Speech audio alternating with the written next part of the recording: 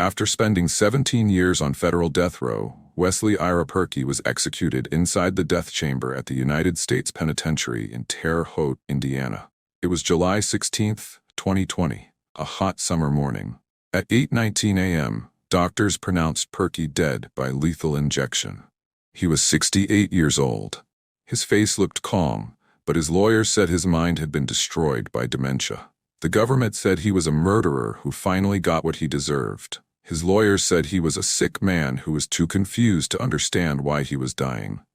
Wesley Perky's name would be remembered for terrible reasons. He raped, murdered, and cut apart 16-year-old Jennifer Long. Then, months later, he beat an elderly woman named Mary Ruth Bales to death in her own home. 2 murders in 1 year. 2 innocent people killed. A trail of horror across Kansas and Missouri. To understand how Wesley ended up strapped to that table under bright prism lights, we need to go back to January 22, 1998. That was the day Jennifer Long disappeared. That morning, Kansas City looked like any other day. School buses drove through neighborhoods. Teenagers walked on sidewalks making plans. Jennifer Long was 16 years old. She had skipped school that day. She was walking along Independence Avenue, feeling restless and upset. She had no idea that someone dangerous was watching her. A man pulled up next to her in a white pickup truck. He was middle-aged with gray hair. He smiled at her. He offered her a ride. Jennifer got into the truck. She trusted him. She did not know this simple choice would be her last. Hours later, she was dead. Her body would never be found. Only ashes, small pieces, and a confession that was too horrible to forget. Months later, in a different part of Kansas City, another terrible thing happened. Inside a small house, 80-year-old Mary Ruth Bales was beaten with a hammer. He hit her over and over until she stopped moving and the house went silent. Her home, once a peaceful place, became covered in blood and violence. By the time police figured out what happened, Wesley was already in jail for a different crime. He started talking about the murders. He told them details that only the killer could know. His own words would lead to his death sentence. If you're drawn to stories of justice, betrayal, and the people who reach a point of no return, make sure to subscribe to No Way Out. This is where true crime meets truth. Real cases, real consequences. The darkest corners of human decision, broken down into tiny pieces so you can see every detail and make your own conclusions better. Wesley R4ping was born on January 6, 1952, in Wichita, Kansas, during the post-war American era. His parents brought him home to a house that, from the outside, looked like any other working-class home in the area. But inside that house, something was fundamentally wrong. Wesley's parents were both alcoholics. His father drank heavily after work and on weekends. His mother matched his drinking. The alcohol fueled violence that would mark Wesley's entire childhood. By the time he could form memories, violence was already the language his parents spoke most fluently. The physical abuse began when Wesley was 5 years old. His father's hands were large and rough from manual labor. When those hands struck a small child, they left bruises that darkened over days. Wesley learned to flinch at sudden movements. He learned to read his father's moods by the sound of footsteps coming down the hallway. His mother was equally violent. She did not drink to become pleasant or relaxed. Alcohol made her mean. She focused her rage on Wesley with a particular intensity that went beyond normal parental discipline. She would beat him for small infractions that other parents might address with a timeout or a stern word. The beatings left physical marks that faded within weeks. The deeper damage was invisible. Wesley's developing brain was shaped by constant fear and unpredictability. He never knew when an ordinary moment would explode into violence. This uncertainty created a baseline of anxiety that colored everything else in his life. When Wesley was 10 years old, the abuse took a darker turn. His mother began sexually assaulting him. She forced him into sexual acts repeatedly over a period of years. The violations occurred in their home, in spaces that should have been safe. Wesley's brother Gary was also abused by their mother. The two brothers never discussed whether they were both victims of the same abuse. The silence between them was another form of isolation that abuse creates. His father was aware of some of what was happening. He witnessed the physical abuse because he participated in it. Whether he knew about the sexual abuse remains unclear. The home environment was chaotic beyond the direct abuse. Alcoholic parents create instability through their unpredictable behavior. Money that should have gone to food or utilities went to alcohol. Basic needs were sometimes neglected. The household lurched from crisis to crisis without the steady routine that children need.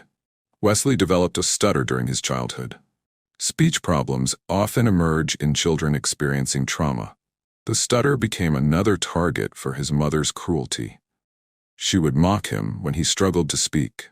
Once, she threw a drink in his face while he was having difficulty getting words out. The humiliation compounded the frustration of the speech impediment. School might have provided refuge from the violence at home.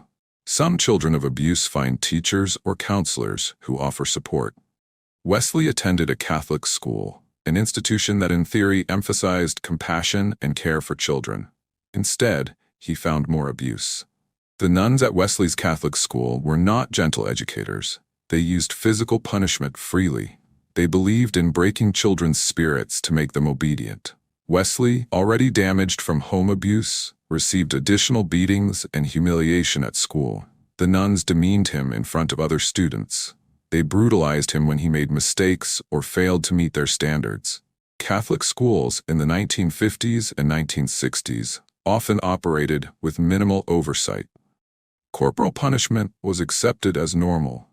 The nuns had almost unlimited authority over the children in their care. Wesley had no one to appeal to when they mistreated him. Complaining to his parents would have resulted in more violence at home.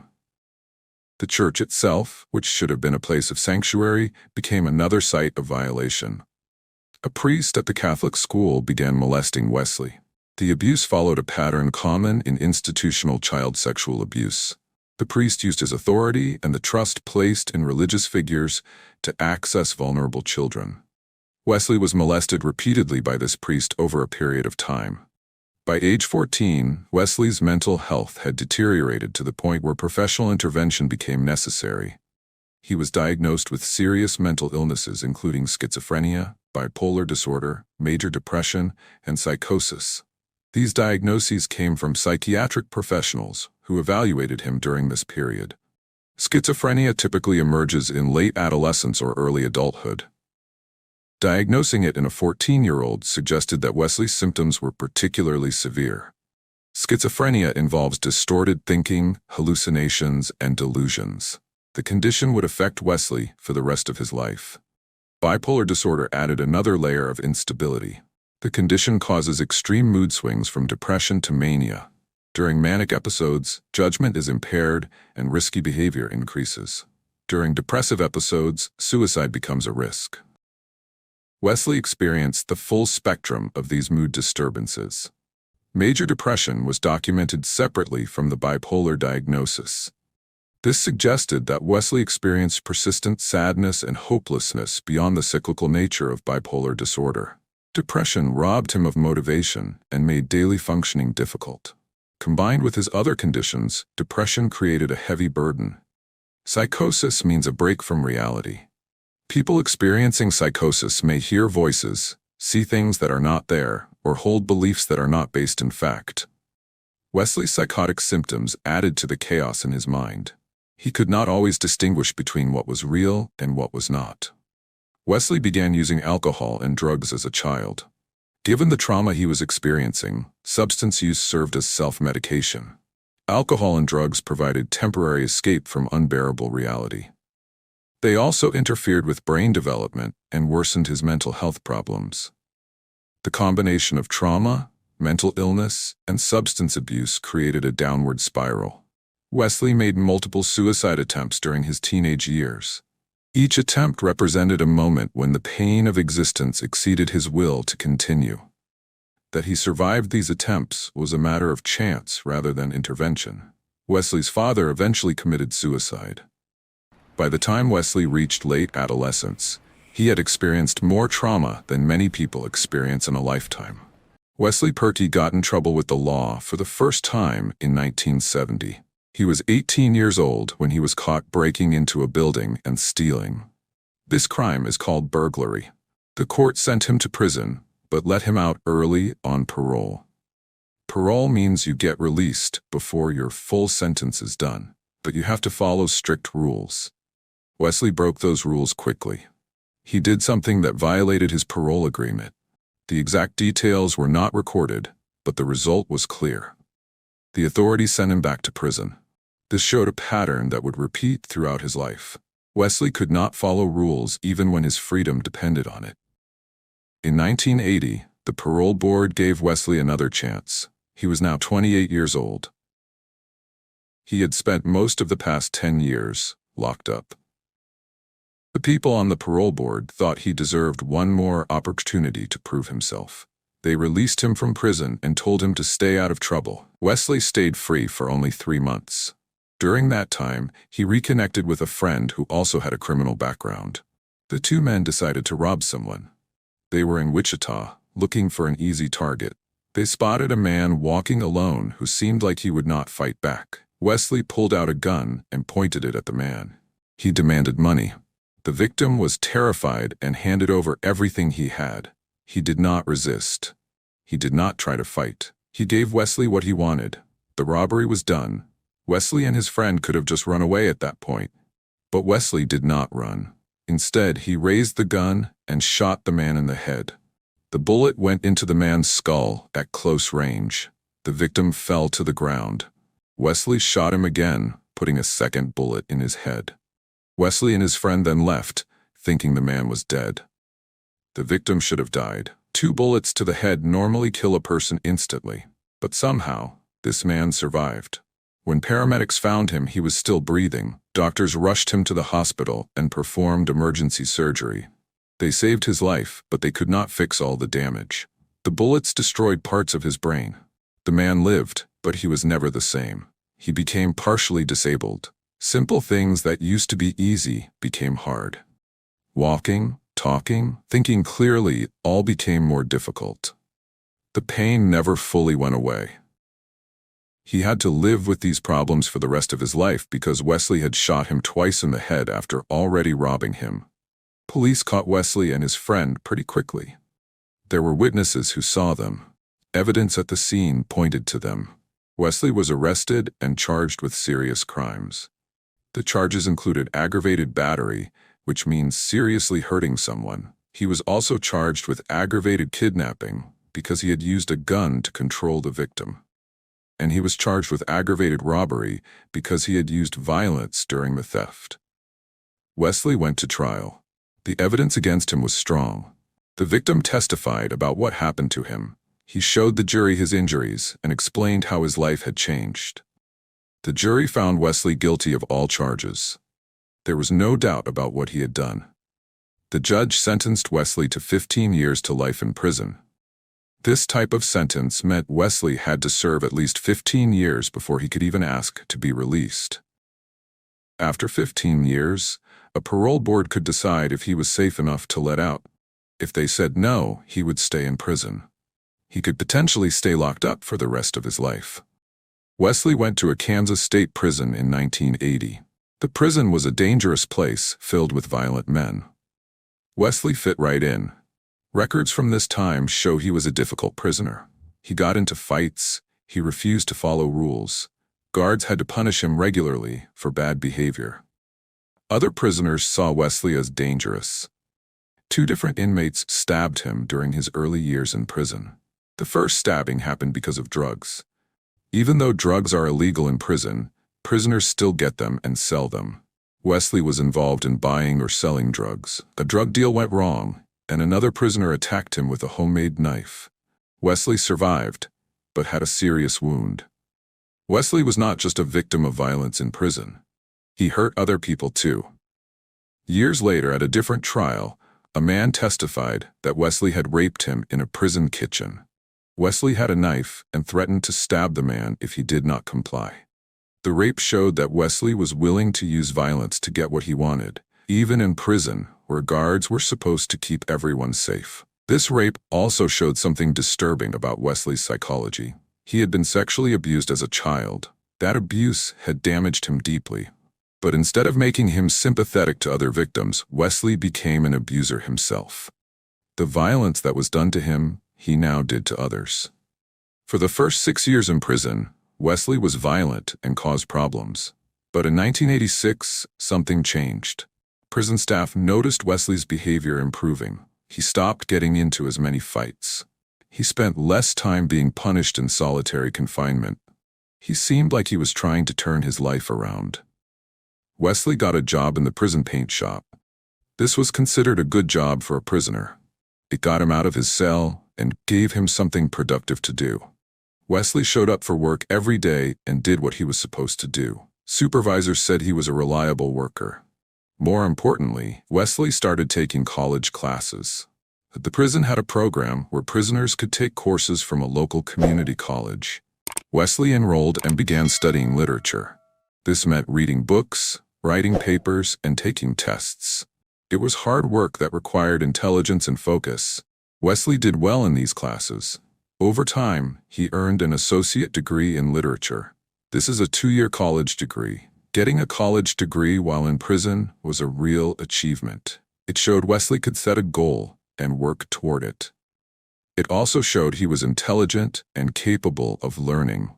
Wesley also joined Alcoholics Anonymous meetings in the prison. AA is a program for people who have problems with alcohol.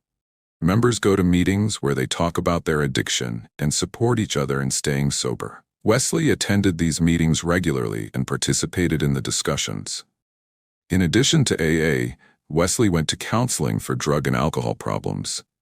Counselors taught him about addiction and gave him tools to deal with cravings. Wesley seemed to take this seriously. He attended his sessions and talked about his struggles with substances. Wesley also got counseling for his mental health problems. He had been diagnosed with schizophrenia, bipolar disorder, and other serious conditions. These illnesses required medication and therapy. Wesley took his medicine and met with mental health counselors. He appeared to be managing his mental illness better than he had in the past. In 1992, prison psychologists did a detailed evaluation of Wesley. They spent time talking to him and reviewing his history. Their conclusion was that Wesley was a psychopath. A psychopath is someone who does not feel empathy for other people. They do not feel guilty when they hurt others. They are often manipulative and see people as objects to use rather than as human beings with feelings. This diagnosis explained a lot about Wesley's behavior. But the psychologists noticed something unusual about Wesley. They wrote in their report that his education and intelligence seemed to help him control his worst impulses. Most psychopaths cannot be helped by education or therapy. But Wesley appeared to be using his brain to manage his behavior in ways that were not typical for someone with his disorder. This observation gave prison officials some hope. Maybe Wesley was one of the rare cases where a psychopath could learn to function without hurting people. Maybe the college education and counseling were actually working. Wesley seemed to be proof that even the most difficult prisoners could change. By 1996, 10 years after Wesley started improving his behavior, another counselor evaluated him. This counselor wrote a very positive report. The counselor said Wesley had used his time in prison well. He had gotten an education. He had worked steadily. Wesley's family believed in him too. In 1997, they decided to help him get parole. Family members and friends wrote letters to the Kansas Parole Board. The letters said Wesley was a different person now. The parole board scheduled a hearing to decide if Wesley should be released. He had now been in prison for 17 years. His original sentence said he had to serve at least 15 years before he could ask for parole. He had served more than that. According to the rules, he was eligible to be released if the board thought it was safe. But not everyone thought releasing Wesley was a good idea. Police officers who knew about his case came to the hearing. They said Wesley was dangerous and should stay locked up. Prosecutors who had put Wesley in prison also came. They argued that he should serve more time. The most powerful voice against releasing Wesley came from his victim. The man Wesley had shot in 1980 came to the parole hearing. The decision was made. In March 1997, the Kansas Parole Board voted to release Wesley Perky. After 17 years in prison, he would be set free. The board members believed that Wesley had genuinely rehabilitated himself. They thought the education and counseling had worked. They were willing to give him another chance. Wesley Perky walked out of the Kansas prison in March 1997. He was 45 years old. He had gone into prison at age 28. Nearly 2 decades had passed. He was now middle-aged, leaving prison to start over.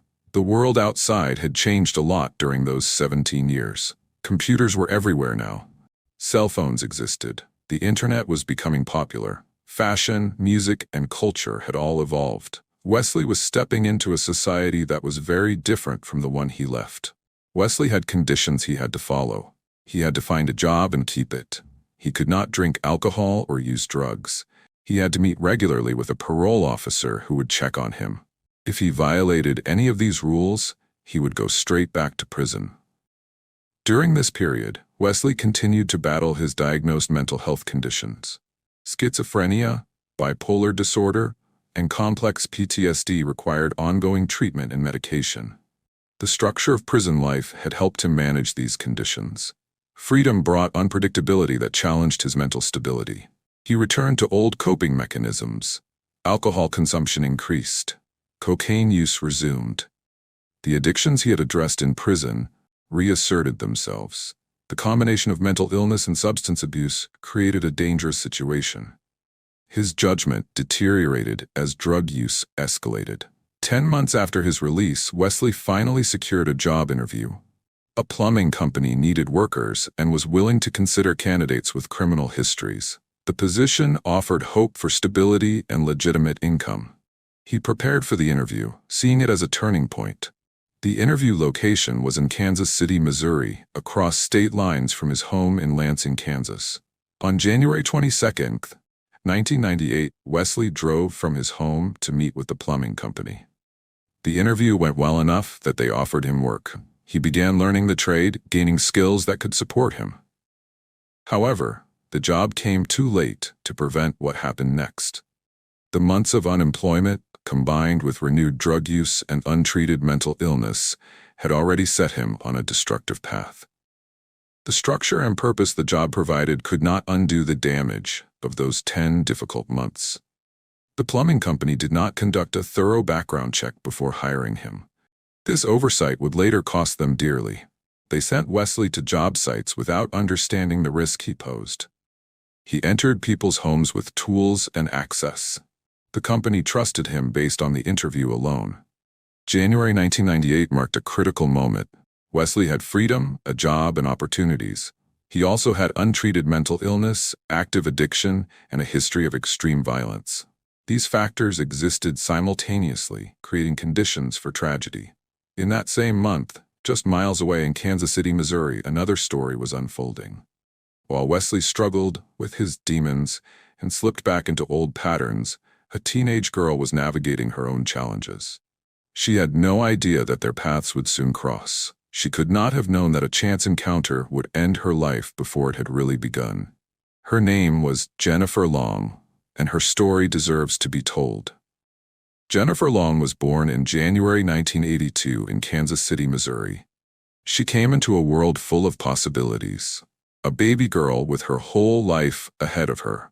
Her parents welcomed her with hopes and dreams for her future. But like many families, hers faced struggles that would shape her childhood in difficult ways. Her parents separated when Jennifer was young. The divorce meant Jennifer had to split her time between 2 households. She lived sometimes with her father and stepmother, other times with her mother and stepfather.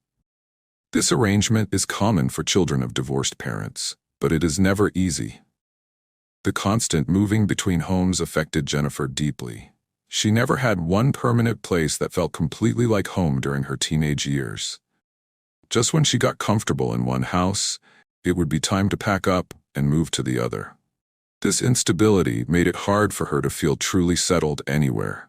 Despite the chaos, Jennifer had passions that brought her joy. Music filled much of her free time. She loved listening to different genres and discovering new artists. Art provided another outlet for expression. She drew and painted when she felt overwhelmed by other aspects of her life. Jennifer owned a cat named Clyde, who became her constant companion. The cat offered unconditional affection during difficult times. She spent hours caring for Clyde, finding comfort in the simple routine of feeding and playing with her pet. School presented its own set of challenges. Jennifer initially attended Ruskin High School but felt unsafe there. Conflicts with other students made her anxious about going to class. Her family decided to transfer her to East High School, hoping a fresh start would help. The transfer happened during her sophomore year, adding to her stress. East High School did not provide the relief her family hoped for. Jennifer felt threatened by some students there as well. She struggled to find her place in the new environment. The social dynamics of high school proved difficult to navigate while dealing with her unstable home situation. January 1998 brought a bright spot in Jennifer's life. She had turned 16 the month before, in December 1997.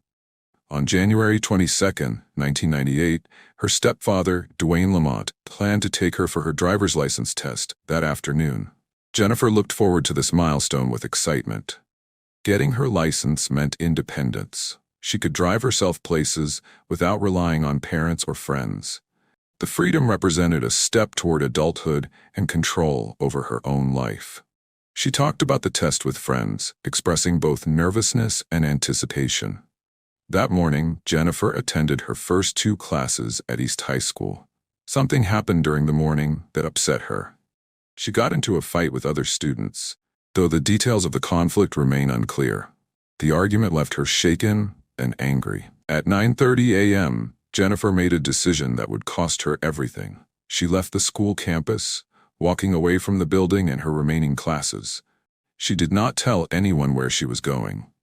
The fight had pushed her to leave, seeking escape from the immediate situation. Jennifer walked to a nearby grocery store. She wore jeans, a white t-shirt, a green and black jacket, and tennis shoes. Her appearance was casual, typical for a 16-year-old girl running errands. She had no way of knowing that this ordinary morning would be her last. The driver's license test was scheduled for later that afternoon. Her stepfather waited, expecting to take her as planned. Jennifer had expressed excitement about this opportunity. Her family believed she would never voluntarily miss the test. This belief would become important when she failed to return home. Wesley Perky drove through Kansas City, Missouri on the morning of January 22, 1998. He had just completed his plumbing job interview and was exploring the area. His white 1989 Ford pickup truck moved slowly through the streets. He was high on crack cocaine, having used before leaving Lansing. Wesley had been married for several years by this point. His wife worked a regular job to help support the household. She knew about Wesley's criminal past when she married him. She had stood by him during his parole and tried to help him build a stable life after his release from prison. The couple lived in a modest home in Lansing, Kansas. Wesley's wife had children from a previous relationship. These stepchildren lived with them in the house. The kids were school-aged, attending classes during weekdays. Wesley had taken on the role of stepfather to these children, though his relationship with them was complicated by his mental illness and drug use. His wife worked during the day to provide income for the family. She left for work each morning before the children went to school. Wesley often had the house to himself during these hours. His wife trusted that he would stay clean and follow his parole requirements. She did not know that he had already relapsed into heavy drug use. The stepchildren were young enough that they depended on the adults in their lives. They went to school each day, unaware of the darkness that existed in their stepfather's mind. They had no way of knowing what Wesley was capable of doing. They lived in the same house with a man who was spiraling toward horrific violence. On this particular morning, Wesley's wife had gone to work as usual. The stepchildren had left for school. The house in Lansing sat empty, waiting for Wesley to return from Kansas City. Nobody was there to see what he would bring home. Nobody was there to stop what was about to happen. At approximately mid-morning, Wesley spotted Jennifer Long walking on the sidewalk near a grocery store. She was alone, having just left East High School after her fight with other students. Wesley pulled his truck alongside her and slowed to a stop. He called out to Jennifer, asking if she wanted to party with him. The exact words of their conversation were never fully documented. Jennifer, upset from her morning and perhaps seeking distraction, agreed to get into his truck. She commented to Wesley that she had been at school but left after an argument with friends. Wesley drove them to a liquor store. He purchased gin for Jennifer using his own money. The alcohol was part of his strategy to make her more compliant. After leaving the liquor store, Wesley told Jennifer he needed to stop at his home briefly. He claimed it would only take a moment. Jennifer objected to this plan. She wanted to be let out of the truck. Wesley's demeanor changed instantly. He reached into the glove compartment and removed a boning knife. He placed the knife on his thigh where Jennifer could see it clearly. He told her he would not let her out of the vehicle. The drive from Kansas City, Missouri to Lansing, Kansas took approximately 30 minutes. Jennifer sat in the passenger seat with the knife visible, understanding that resistance could be fatal. Wesley crossed the state line, taking her from Missouri into Kansas. This crossing would later establish federal jurisdiction over the crime. They arrived at Wesley's home in Lansing around midday. Wesley knew exactly what he would find when he pulled into the driveway. His wife was at her job, working to support the family. His stepchildren were sitting in classrooms, focusing on their schoolwork. The house was completely empty. This was not an accident or coincidence. Wesley had planned this. He knew the schedule of everyone in his household. He knew when he would have privacy. He had targeted Jennifer at a time when he could bring her to an empty house without witnesses. The empty house provided him with privacy for what he planned next. Wesley led Jennifer inside through the front door. The house looked normal from the outside. Neighbors had no reason to suspect anything unusual. Wesley took Jennifer through the living areas and down to the basement. Basements are typically used for storage or laundry. Wesley's basement was about to become the scene of a brutal crime. In the basement, Wesley forced Jennifer to undress. He raped her while she was unable to defend herself. The sexual assault lasted for a period of time that Wesley later could not specify. Jennifer's terror during these moments can only be imagined. After the rape, Jennifer attempted to escape. She saw an opportunity and tried to run toward the stairs. Wesley caught her quickly. He grabbed her legs and forced her to the ground. They struggled as Jennifer fought for her life. Wesley retrieved the boning knife he had used to threaten her earlier. He began stabbing Jennifer repeatedly. The knife struck her face, neck, and chest. He continued stabbing even after she stopped fighting. Wesley later described the killing to investigators. He said it was not like in movies where people die quickly. Jennifer took time to die from her injuries. The blade of the knife broke off inside her body from the force of the attack. She bled extensively in the basement. After Jennifer died, Wesley left her body in the basement. He went upstairs, cleaned himself up, and went to a local bar. He spent several hours drinking alcohol, showing no immediate remorse or panic. The body of a 16-year-old girl lay dead in his basement while he sat at a bar drinking. His stepchildren would come home from school later that afternoon. They would walk into a house where a murder had just occurred in their basement. They had no idea what their stepfather had done. The family went about their evening as if everything was normal. Before returning home that evening, Wesley stopped at a store and purchased an electric chainsaw. This purchase demonstrated premeditation for what came next. He knew he needed to dispose of Jennifer's body and had already formed a plan. He brought the chainsaw home and stored it, waiting for the right time to use it. Over the next few days, Wesley carried out his disposal plan. He waited for times when his wife and stepchildren were asleep or away from home. He used the chainsaw to dismember Jennifer's body in the basement. The noise of the chainsaw could have awakened people upstairs, but somehow he managed to do this without being discovered. Wesley burned Jennifer's body parts in the fireplace. After burning what he could, Wesley dumped the ashes and remaining fragments in a septic pond 200 miles away.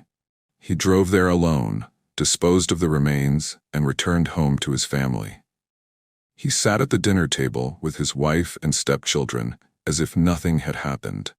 Before we continue, kindly hit the like button if you appreciate factual, respectful reporting on challenging cases. We know this material is heavy, but it's important to understand the full picture of how our criminal justice system works. If you have thoughts on this case, share them respectfully in the comments below. We read every comment and value your perspective. Turn on notifications by clicking the bell icon so you never miss our upcoming documentaries. We have more cases coming that dive deep into the facts, the investigations, and the legal processes that shape outcomes in our justice system. Now let's continue with Wesley Perky's story. The most disturbing aspect came later. Wesley actually enlisted his stepchildren to help clean the basement. He told them there had been a spill that needed attention. The children, trusting their stepfather, scrubbed the basement floor with bleach. They were cleaning up a murdered girl's blood without knowing it. These children thought they were helping with a household chore.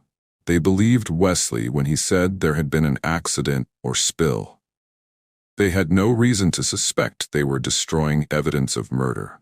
Wesley used their innocence and trust to cover up his crime. Jennifer's mother began calling everyone she knew when Jennifer failed to come home that evening. She contacted friends, family members, and anyone else who might have seen her daughter. No one had any information about Jennifer's whereabouts after she left school. The family filed a missing person report with police. They emphasized that Jennifer would not have missed her driver's license test voluntarily. She had been excited about getting her license and had no reason to run away. The family distributed flyers throughout Kansas City with Jennifer's photo and description. Police initially classified Jennifer as a runaway. Teenage girls often leave home temporarily after family conflicts or school problems. The fact that Jennifer had left school after a fight supported this theory. Officers told the family that most runaways return within a few days. The family rejected this classification. They knew Jennifer's personality and habits. Running away did not fit her pattern of behavior. They continued searching independently while waiting for police to take the case more seriously. Days turned into weeks without any trace of Jennifer. The driver's license appointment passed. Her birthday came and went. The cat Clyde waited for her to come home. The flyers remained posted throughout the city, fading in the weather. Wesley went about his life as if nothing had happened. He resumed and continued working his plumbing job, showing up each day as if he were just another ordinary worker. The routine of normal life continued for Wesley through the winter and spring of 1998. He collected paychecks from Ready Rooter. He made small talk with coworkers. He drove his company van through Kansas City neighborhoods, entering people's homes to fix their plumbing problems. The mask of normalcy fit him perfectly. Jennifer's family continued their search through those same months. They called police regularly, asking for updates. They checked missing person databases. They contacted organizations that help find missing children. Every lead turned into a dead end. Every hope faded into disappointment. 9 months passed. Winter became spring, then summer, then fall.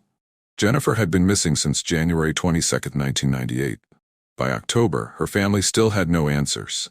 Wesley's drug use continued during these months. The cocaine habit that had started before Jennifer's murder never stopped.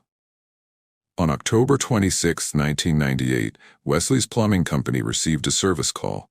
An elderly woman by name Mary Ruth Bales in Kansas City needed help with a leaking kitchen faucet.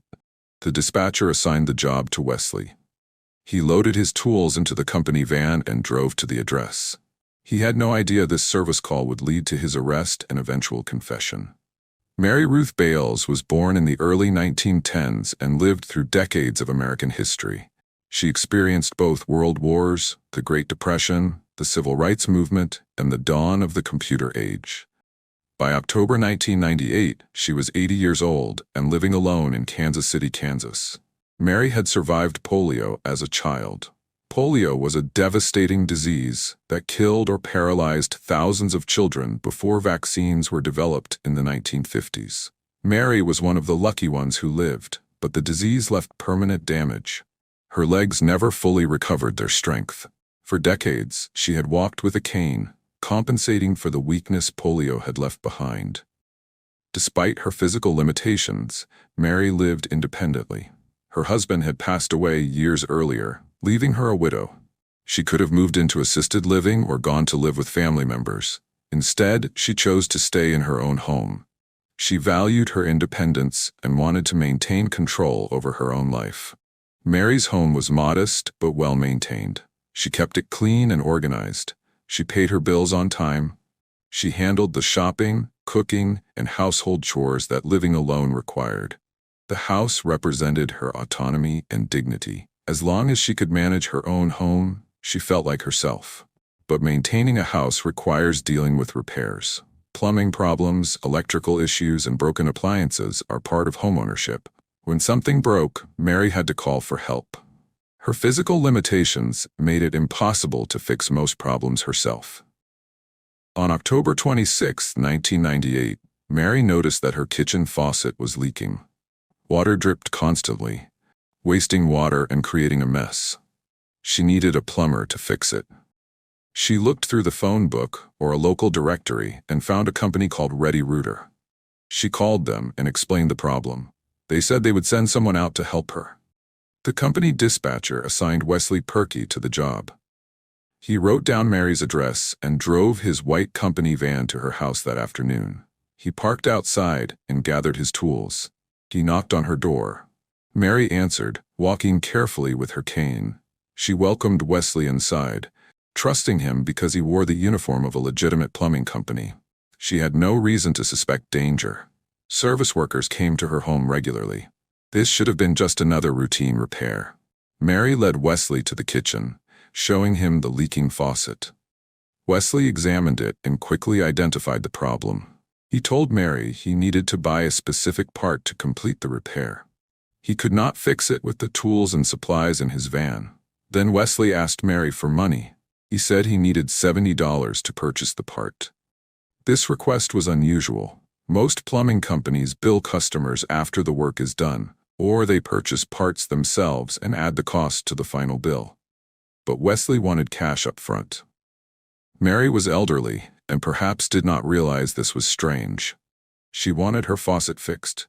She trusted the man in the company uniform. She went to where she kept her money and gave Wesley $70 in cash. He promised to return shortly with the part and finish the repair. Wesley left Mary's house with her $70. He got in his company van and drove away. Mary waited for him to come back. She expected him to return within an hour or two with the part he needed. Her kitchen faucet continued leaking while she waited. But Wesley did not go to a hardware store or a plumbing supply shop. Instead, he drove to a part of town known for drugs and prostitution. He used Mary's $70 to buy crack cocaine and hire a prostitute. He rented a cheap motel room, and he and the prostitute spent the night there, smoking crack and having sex. Mary's $70, given in good faith for a legitimate repair, funded Wesley's drug binge. The elderly woman sitting at home waiting for her plumber never crossed Wesley's mind.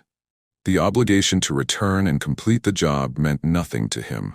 He had what he wanted, and that was all that mattered. The next morning, October 27th, Wesley was still with the prostitute. The crack cocaine was running low. He decided to return to Mary's house, but not to fix her faucet. He had a different plan, one born from his addiction and his complete lack of empathy. He drove back to Mary's address with the prostitute still in his van.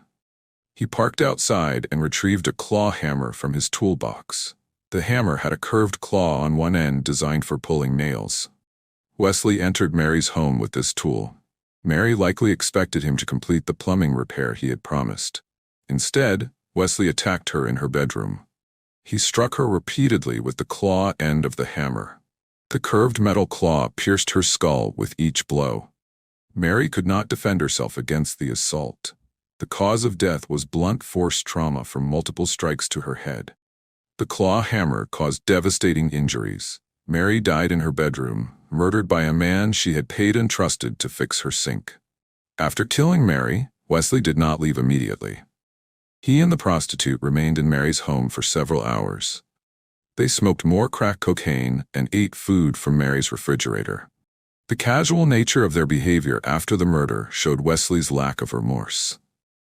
Wesley returned to Mary's home the following day, October 28. He brought 2 gallons of gasoline with him. His plan was to burn down the house with Mary's body inside, destroying evidence of the murder.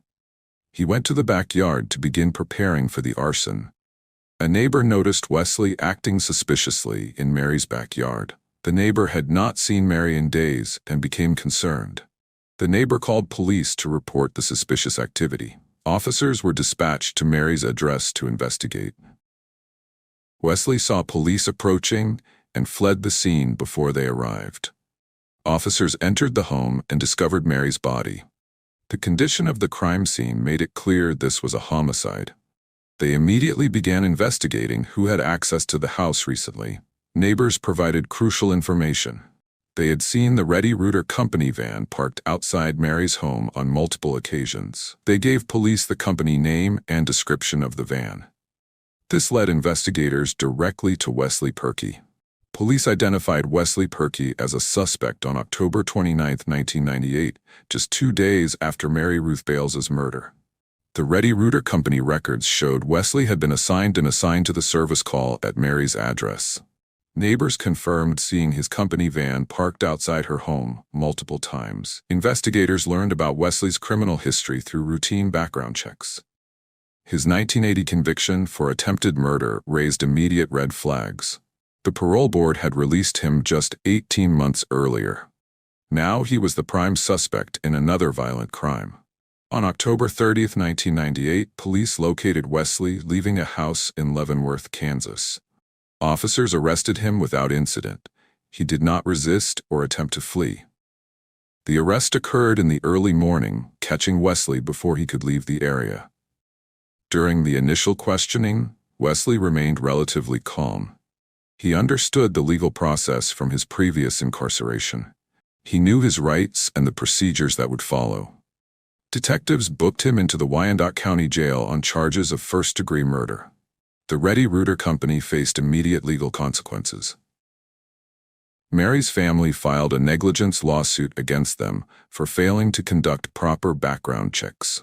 The company had sent a violent felon into an elderly woman's home without verifying his criminal history. This failure had directly enabled her murder. The lawsuit sought compensation for the family's loss and aimed to hold the company accountable. R4ping's attorneys negotiated a settlement rather than go to trial. The company agreed to pay Mary's family $500,000. This settlement acknowledged their role in creating the conditions that led to her death. Wesley sat in his jail cell awaiting trial. He faced the possibility of life in prison for Mary's murder. Kansas law provided for severe sentences in cases involving the murder of elderly victims. The brutality of the crime and his criminal history made a harsh sentence virtually certain. On December 15, 1998, Wesley made a decision that would change the trajectory of his case. He had been in the Wyandotte County Jail for approximately 6 weeks. During this time, he contemplated his situation and developed a strategy. Wesley wrote a letter to Detective Bill Howard of the Kansas City, Kansas Police Department. In the letter, Wesley stated he wanted to discuss an unsolved kidnapping and murder that had occurred earlier in the year. He specifically requested that Detective Howard bring an FBI agent to their meeting. Detective Howard received the letter and understood its significance. Wesley was offering information about a federal crime, which explained his request for FBI involvement. Howard contacted FBI Special Agent Dirk Tarpley and explained the situation. They agreed to meet with Wesley together. Wesley's motivation for coming forward was strategic rather than moral. He explained to the officers that he was facing a life sentence in Kansas State Prison for Mary's murder. He had made enemies during his previous 17 years in the Kansas prison system. He believed those enemies would kill him if he returned. Federal prisons operated differently than state facilities. Wesley believed he would be safer serving time in a federal institution. He also thought federal prisons offered better living conditions and more programs. His plan was to confess to a federal crime in exchange for federal prosecution.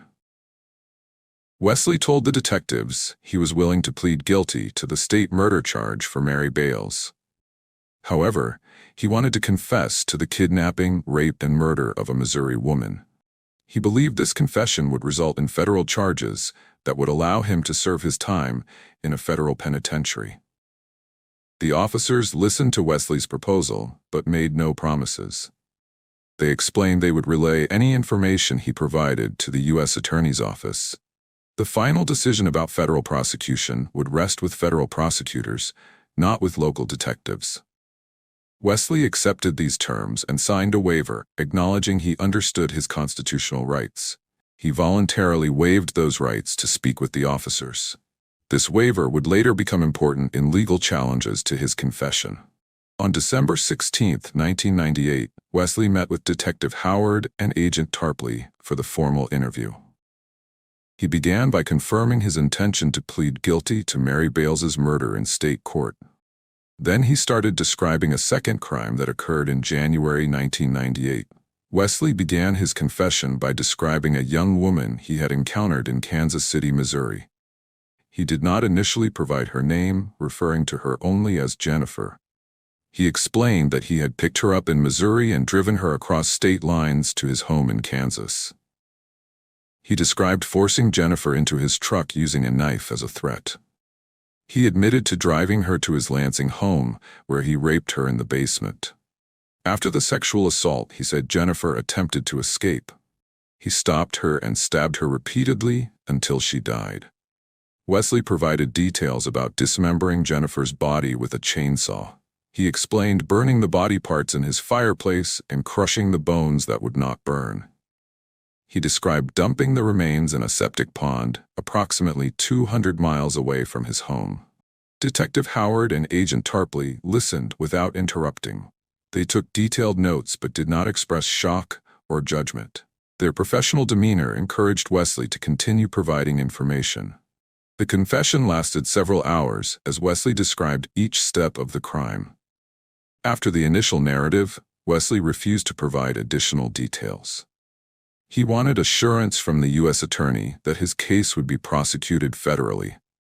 Without this guarantee, he would not reveal the victim's name or the locations where he had disposed of evidence.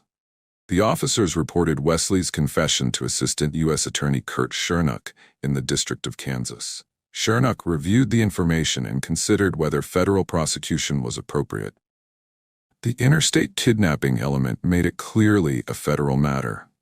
Shernock indicated to the officers that if Wesley cooperated further, the U.S. Attorney's Office would likely prosecute the case. This was not a formal promise of leniency, only a statement that federal charges would be filed. Wesley apparently misunderstood this distinction. With this assurance, Wesley agreed to continue cooperating. He identified his victim as Jennifer Long from Kansas City, Missouri. He recognized her photograph when shown a lineup of missing teenage girls. Investigators finally connected the confession to the missing person case that had gone cold. Wesley took the officers to various locations where he had disposed of evidence. He led them to a spot where he claimed to have thrown Jennifer's jawbone. He showed them where he had discarded her underwear. These items were recovered and confirmed his story. The septic pond in Clearwater proved more challenging. Wesley showed investigators the general area where he had dumped the ashes and bone fragments. The pond water and decomposition made recovery of remains nearly impossible. Despite extensive searching, authorities never found Jennifer's body. Wesley provided a written confession in addition to his verbal statements. The document detailed the crime from beginning to end. He signed each page, acknowledging that the information was accurate and provided voluntarily. This written confession became a key piece of evidence. The confession created a legal problem that Wesley had not anticipated. He believed confessing to a federal crime would result in a life sentence in a federal prison. He thought this would be his punishment for cooperating with authorities. He did not realize federal law allowed the death penalty for kidnapping resulting in death. On March 2000, Wesley pleaded guilty to first-degree murder and aggravated robbery in Kansas State Court for killing Mary Ruth Bales. The plea agreement was straightforward. In exchange for his guilty plea, prosecutors agreed not to seek additional charges related to the crime. On April 28, 2000, the Kansas court sentenced Wesley to life in prison with no possibility of parole for 32 years. During the sentencing hearing, Wesley addressed the court. He claimed he was high on cocaine when he killed Mary and expressed remorse for the murder. Wesley told the court that words could not express his regret for what he called a hideous and senseless murder. Mary's grandson, Lonnie Bales, attended the hearing. He responded to Wesley's statement by calling it a sob story. Lonnie said Wesley was blaming everyone but himself for his actions. The state case concluded with Wesley in prison. However, federal prosecutors were just beginning their work. On October 10, 2001, more than 18 months after Wesley's state conviction, the federal government charged him with kidnapping a child, resulting in death, for Jennifer Long's murder.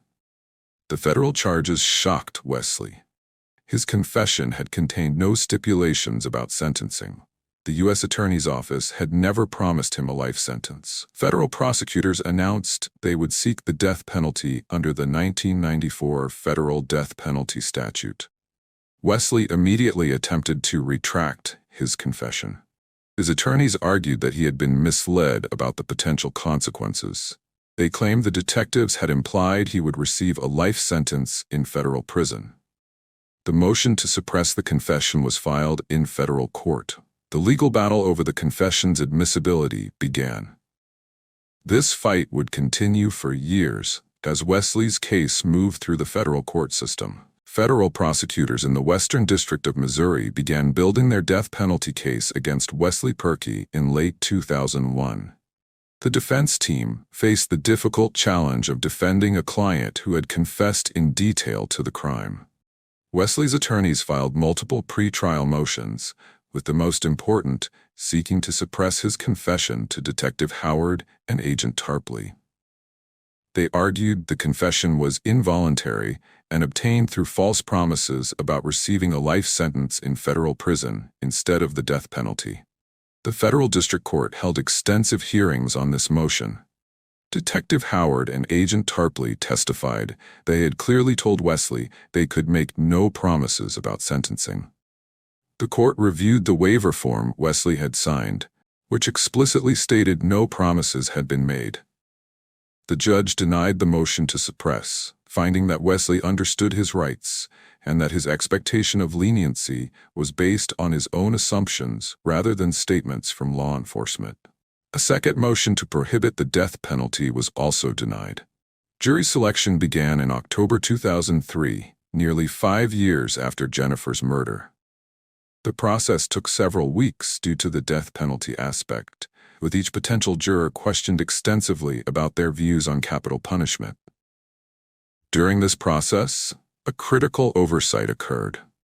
Juror number 13 completed her questionnaire honestly, revealing that her first name was Jennifer and that she had been the victim of an attempted rape when she was 16 years old, the same age as the victim Jennifer Long.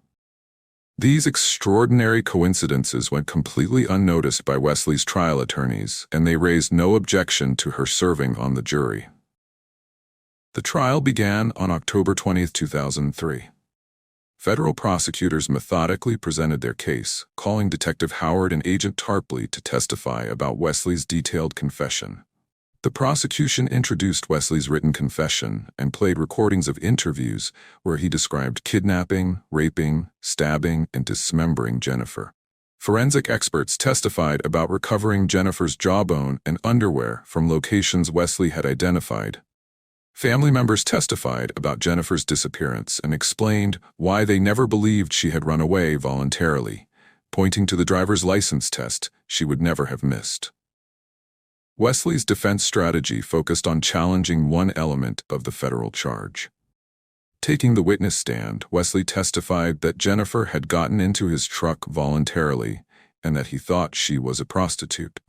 He claimed he had fabricated the kidnapping story to ensure federal prosecution.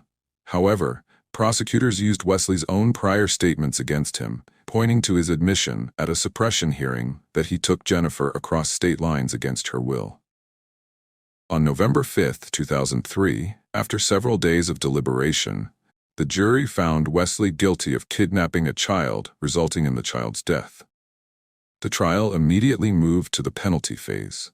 Prosecutors presented 6 statutory aggravating factors and 4 non-statutory factors, including Wesley's violent criminal history. Witnesses described his other crimes, including the 1980 shooting and Mary Ruth Bales's murder. One witness testified that Wesley had raped him at knife point in a prison kitchen. A prison gang expert testified about Wesley's Aryan Brotherhood tattoos.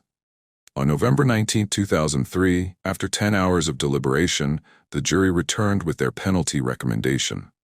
The jury recommended a sentence of death, and on January 23, 2004, the federal district judge formally sentenced Wesley R4ping to death.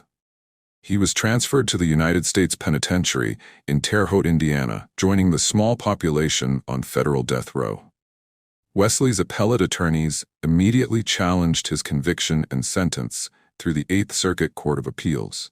They raised numerous issues, including the suppression of his confession, jury instructions, jury selection, and duplicative aggravating factors. On October 14, 2005, the Eighth Circuit affirmed Wesley's conviction and death sentence, finding no reversible error. Wesley then filed a Section 2255 motion, raising 17 specific claims of ineffective assistance of trial counsel. Major claims included failure to adequately investigate his background for mitigation evidence and failure to challenge certain aggravating factors vigorously. The motion argued that additional investigation would have uncovered more extensive evidence of sexual abuse that might have persuaded at least one juror to vote against death. The district court held hearings where new attorneys presented evidence they believed trial counsel should have discovered, but the government argued that trial counsel had performed competently. Wesley R4ping sat on federal death row for over 15 years, while no federal executions took place due to legal challenges and pharmaceutical companies refusing to sell execution drugs. In July 2019, Attorney General William Barr announced federal executions would resume after a 17-year gap, selecting 5 inmates including Wesley for execution using a new single-drug pentobarbital protocol. Wesley's execution was initially scheduled for December 13, 2019, but his attorneys filed new legal challenges, raising 3 critical issues. First, they discovered that Juror 13 shared the victim's name Jennifer and had been an attempted rape victim at age 16, identical to Jennifer. Second, they argued trial counsel failed to uncover 11 categories of childhood trauma, including detailed evidence of sexual abuse. Third, and most significantly, medical evaluations showed Wesley now suffered from Alzheimer's disease and advanced dementia. Dr. Bhushan Agarkar documented Wesley's progressive cognitive decline between 2014 and 2019, noting he held a fixed delusion that he was being executed for filing prison grievances rather than for his crimes, which violated Supreme Court rulings requiring rational understanding for execution. 3 national mental health organizations urged Attorney General Barr to halt the execution. U.S. District Judge Tanya Chutkan issued a preliminary injunction in November 2019, halting all 5 executions over concerns about the pentobarbital protocol, but the D.C. Circuit Court vacated this injunction in April 2020. The Justice Department rescheduled Wesley's execution for July 15, 2020. The Seventh Circuit issued a temporary stay on July 8, 2020, finding Wesley's claims about Juror 13 and inadequate mitigation investigation worthy of further exploration. However, the case faced procedural complications because Wesley was trying to raise new claims through a Section 2241 petition after already exhausting his Section 2255 motion. The Seventh Circuit acknowledged the serious issues but ruled these could have been raised in his original motion, and on July 14, 2020, lifted the stay, clearing the way for execution. On July 15, 2020, Wesley's execution was scheduled for 4 p.m. Eastern Time at the Federal Correctional Complex in Terre Haute, Indiana, with his attorneys continuing to fight in multiple courts simultaneously. That morning, U.S. District Judge Tanya Chutkan issued 2 injunctions prohibiting the execution. The first addressed Wesley's mental competency claim, finding he had made a substantial showing of incompetence due to progressive dementia, schizophrenia, and severe mental illness, and ordering further evaluation before any execution could proceed. The second injunction challenged the pentobarbital execution protocol, arguing it caused severe suffering, violating the Eighth Amendment's prohibition on cruel and unusual punishment. The Department of Justice immediately appealed both injunctions to the D.C. Circuit Court of Appeals, arguing that executions had been delayed long enough, and Wesley had received due process through years of litigation. The Bureau of Prisons pushed back the execution time to 7 p.m., while witnesses, including Jennifer Long's father William and her stepmother, waited in a van outside the prison, frustrated by repeated delays after traveling to Indiana and waiting nearly 2 decades for justice. Late Wednesday afternoon, the D.C. Circuit upheld one of Judge Chuck Cann's injunctions, ruling that Wesley should have the opportunity to pursue his mental incompetency claim before execution could proceed. The Department of Justice immediately filed an emergency appeal to the Supreme Court, arguing Wesley's last-minute claims were attempts to delay justice indefinitely. The hours passed with no decision as midnight came and went, turning July 15th into July 16th. At approximately 2 a.m. Eastern Time on July 16th, the Supreme Court issued a 5-4 ruling, vacating both injunctions and allowing the execution to proceed immediately. Justice Sonia Sotomayor wrote a dissenting opinion, joined by Justices Ruth Bader Ginsburg, Stephen Breyer, and Elena Kagan, stating that proceeding despite grave questions about Wesley's mental competency cast a shadow of constitutional doubt over an irreversible action.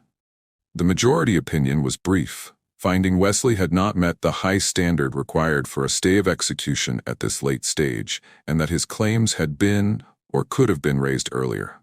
The Bureau of Prisons immediately began execution preparations, notifying witnesses and moving Wesley from his holding cell to the execution chamber. Wesley's spiritual advisor, Reverend Dale Hart-Kemmeyer, accompanied him during the final moments, wearing a face mask and surgical gloves due to COVID-19 protocols.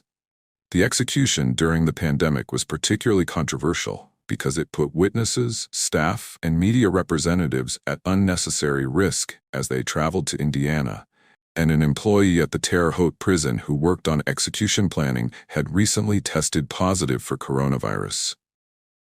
At approximately 8 a.m. Eastern Time, Wesley was strapped to a gurney in the execution chamber, with witnesses sitting in a viewing room separated by glass. Prison officials removed the mask from Wesley's face and asked if he wanted to make a final statement. Wesley spoke clearly and coherently, contradicting claims that he did not understand why he was being executed. He said he deeply regretted the pain and suffering he caused to Jennifer's family and his daughter, then added a final observation, calling the execution a sanitized murder that served no purpose whatsoever.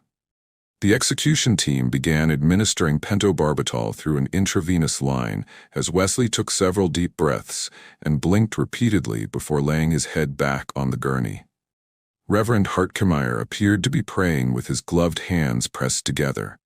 The process appeared calm from the witness's perspective, with no obvious signs of distress or suffering as Wesley's breathing slowed and then stopped. At 8:19 a.m. Eastern Time, the Vigo County coroner pronounced Wesley Perky dead, completing the second federal execution in 17 years. William Long and his wife emerged from the prison after witnessing the execution. Reporters and camera crews waited outside for their reaction. William spoke about the 17 years his family had waited for this moment. He said they had taken care of what they needed to take care of that day. It had been a long time coming. Wesley needed to take his last breath because he had taken Jennifer's last breath. William described feeling some resolution, though he emphasized there would never be closure.